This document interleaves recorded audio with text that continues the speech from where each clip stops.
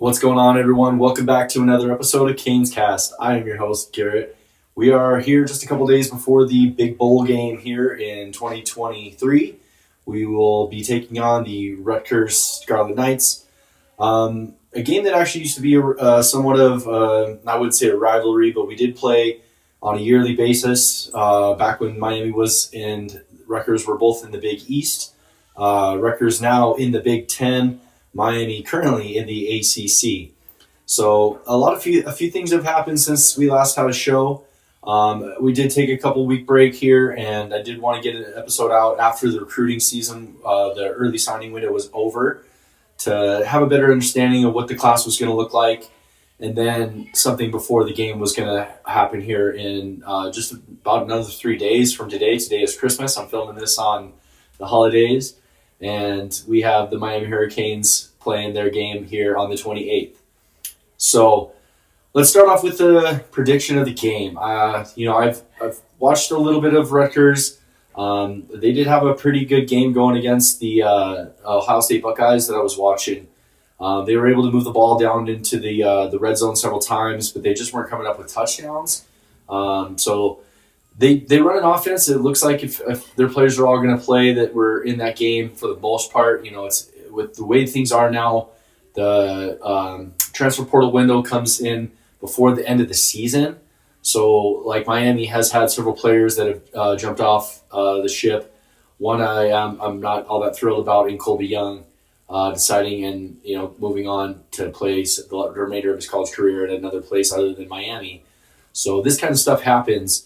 So the good, the bad. Rutgers does look like it will be a tough game. Again, I said in the previous episode, Greg Schiano coached here at Miami. He's one of these guys that has a pretty high fiery temperament. I don't expect him to have his team anything less than ready to go for this game against a named school like Miami. Trying to show that they are on the probably on the progression up. This is his second stint at Rutgers. He was there before, and then he went on to coach the Tampa Bay Buccaneers several years in the NFL, and that ultimately didn't work out. Now here he is back at Rutgers. So I do expect him to have a highly motivated team to come out and prove a point to end the season. Most everybody that plays in these bowl games wants to end the season on a high note if you're not playing in the college football playoffs. So that's kind of what there is to play for. I do think they will come prepared. I think they have a fairly good defense, and Miami is bringing to the table their third starting quarterback of the season. For better or worse, I am excited to see Jakari Brown get his chance to play. There's a lot of talk of Miami trying to find another quarterback on the open market, and what I would love to see is Jakari Brown, come out, really show his skill set.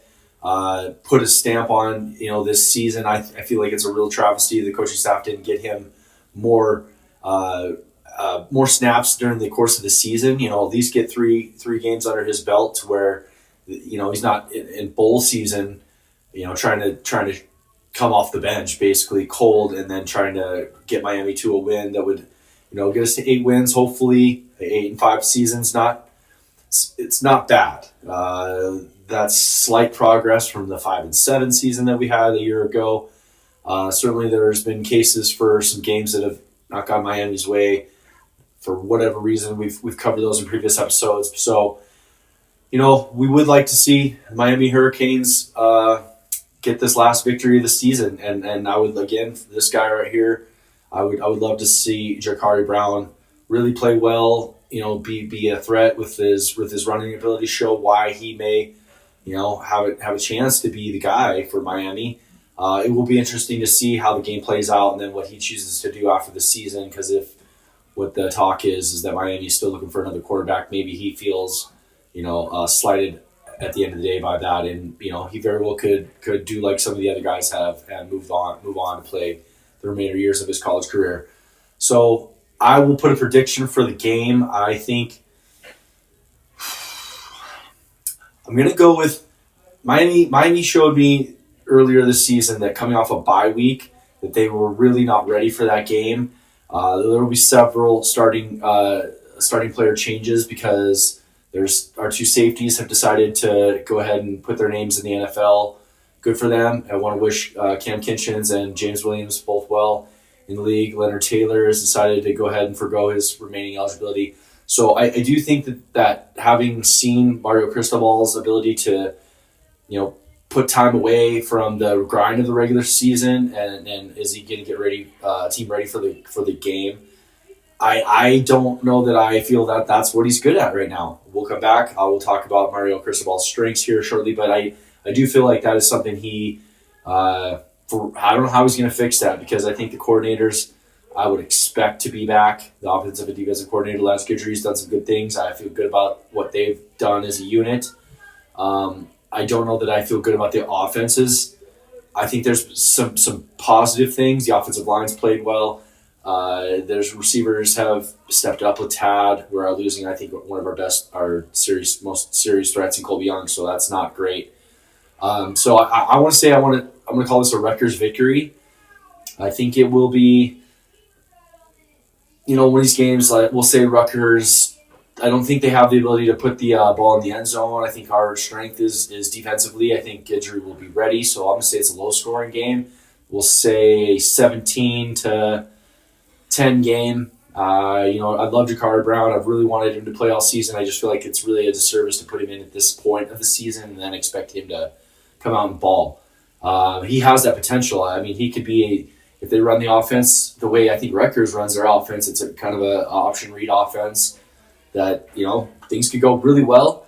We really have no real scope to go off of, because this is his first game. There's going to be a litany of new players on the field. On the offensive line, our two center and left guard have decided to move on. So there's going to be new starters there, Matt McCoy, and then I expect this Rodriguez to be the starter for the center. So it's a very, very much all wide open. I mean, there's really no basis to go off of other than I would say Cristobal's lack of getting the team ready coming off of a rest. So that's why I will say I believe it's a Rutgers victory. Now, with that being said, I do want to talk about the positive things that have happened, because there are a few. Miami closed their early signing window with but the composite ratings, I usually look at one website in particularly for this part. They were rated the number 4 class. And again, there's 4 or 5 different major recruiting sites that you can follow, and you can kind of go off of any of the 4 and have a different result. So I think the consensus is a lot of these sites will do what they call a composite ranking, where they have more of an average from all the major sites, and they kind of come up with this formulated, average.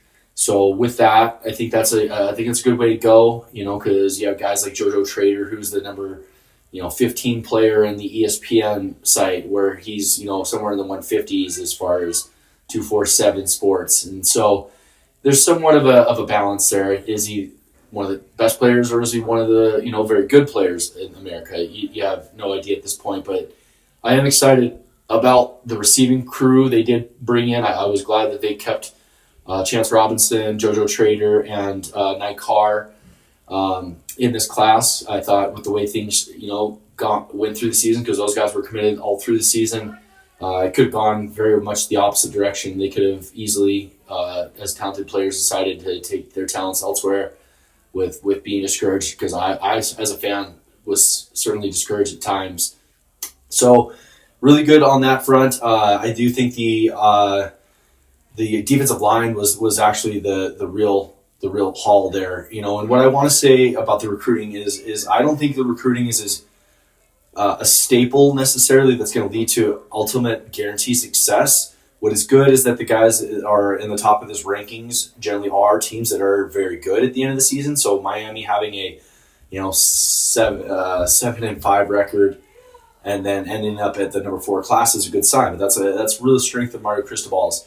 What I've, as a fan for several years, always been discouraged. It seems like we have talented kids that are committed to Miami that end up going elsewhere, so getting flipped from Miami to other big-time programs, Ohio State, Florida State, Georgia. A lot of these along the way have been pulling guys in our class ultimately and ending up somewhere else before they ever play it down in college football. What I do like in the trend is that this class is more of, there was very solid players who got flipped at the end to Miami. One in our defensive tackle, Justin Scott. That's a big one. Darius Hayes, the linebacker from Florida. And we did lose a running back commit, but we also ultimately replaced him with a South Florida guy, and Jordan Lyle from St. Thomas Aquinas, which is a powerhouse. We got three or four players from St. Thomas Aquinas on the class this year, where last year seems more of it was an IMG class. You'd like to get guys from IMG because they're kids that are really a handpicked talent from around the country and end up going to this academy. So you'd like to have players ultimately from there. We have had some success with guys from that group, and our right tackle and Francis Moinoa playing well. So not a huge thing, but it is a noticeable change from the previous recruiting cycle to this one.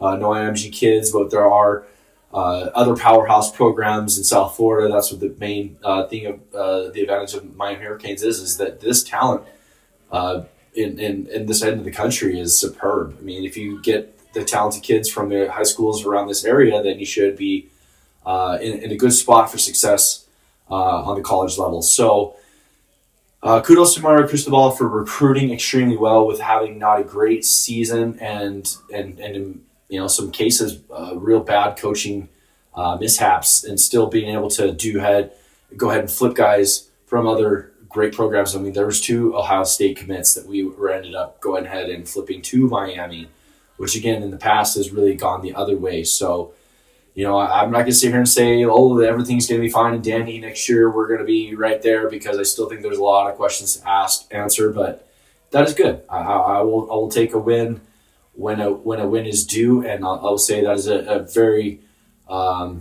a strength of Mario Cristobal. He's an excellent recruiter, and the staff that he's put together are doing a good job with that particular part of the program. So kudos to a great early recruiting window. The funny thing is this used to be the first week of February, where these classes were all basically zipped up at that time, and now almost every program has gotten all their guys signed at this point in the end part of December. So now January is not such a big deal as far as the recruiting cycle. There are some names out there. I don't feel like Miami has a whole lot they will gain in the next month plus in this class. There are some transfer portal people that will ultimately maybe end up in this program.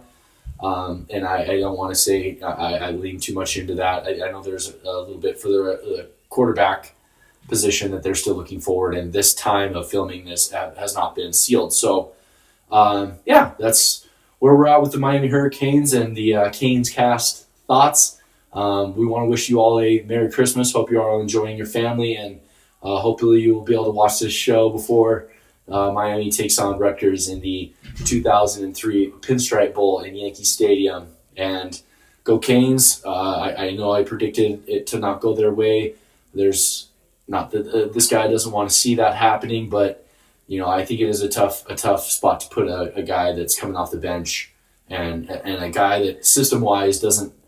I think he's capable of running this system that we've played all year long. I think it would be effective, but it's just hard to put that at the end of the season against a program and a coach that I do believe is a decent coach. I don't think very ill will of Shiano. I think he's one of those guys that will get his guys prepared and play a tough football game. So let's on the flip side of that game, we'll talk more, and then I will keep putting out content when the season is over as far as officially for the football team, because there is at this point of filming there is only 2 losses that have happened on the men's basketball side. So I'll dip a little more into the basketball side of things for the men's and women's basketball team, and then in the spring try to do a little bit of the baseball team too, because last year I did watch several games, and this year I plan on doing more of that to keep this content coming each and every week. I hope somewhere in a week's time each week. So Merry Christmas, folks. Happy holidays. Hope you're all enjoying